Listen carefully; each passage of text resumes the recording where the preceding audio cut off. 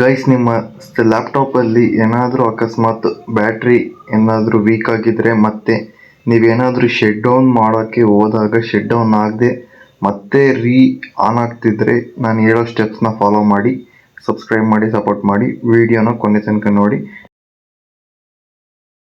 ನಾನು ಏನೇನು ಸ್ಟೆಪ್ಸ್ನ ಫಾಲೋ ಮಾಡ್ತೀನೋ ಅದನ್ನು ಮಾಡಿದರೆ ನಿಮಗೆ ನೀವೇನಾದರೂ ಶಟ್ ಡೌನ್ ಮಾಡಿದರೆ ಶಟ್ ಡೌನ್ ಆಗುತ್ತೆ, ಪ್ಲಸ್ ಪ್ರಾಬ್ಲಮ್ ಸಾಲ್ವ್ ಆಗುತ್ತೆ. ಇಲ್ಲಿ ನೋಡ್ತಾ ಇರ್ಬೋದು. ಇದನ್ನು ಫಸ್ಟು ನೋಡಿ, ನೋಡಾದ್ಮೇಲೆ ಏನೇನು ಮಾಡಬೇಕು ಅಂತ ಹೇಳ್ತೀನಿ, ಅದನ್ನು ಕ್ಲೀನಾಗಿ ಫಾಲೋ ಮಾಡಿ.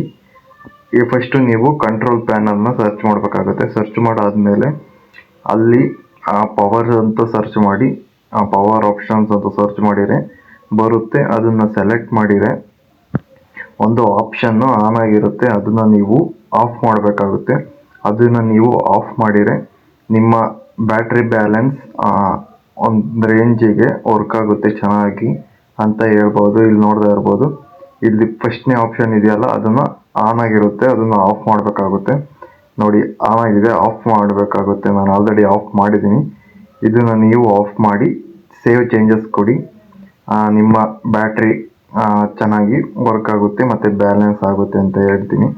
ಸಬ್ಸ್ಕ್ರೈಬ್ ಮಾಡಿ, ಸಪೋರ್ಟ್ ಮಾಡಿ. ಏನಾದ್ರು ಯೂಸ್ಫುಲ್ ಆಗಿದ್ದರೆ ಬೆಲ್ ಐಕನ್ ಕ್ಲಿಕ್ ಮಾಡಿ. ಸಿಗೋಣ ಮುಂದಿನ ವಿಡಿಯೋದಲ್ಲಿ.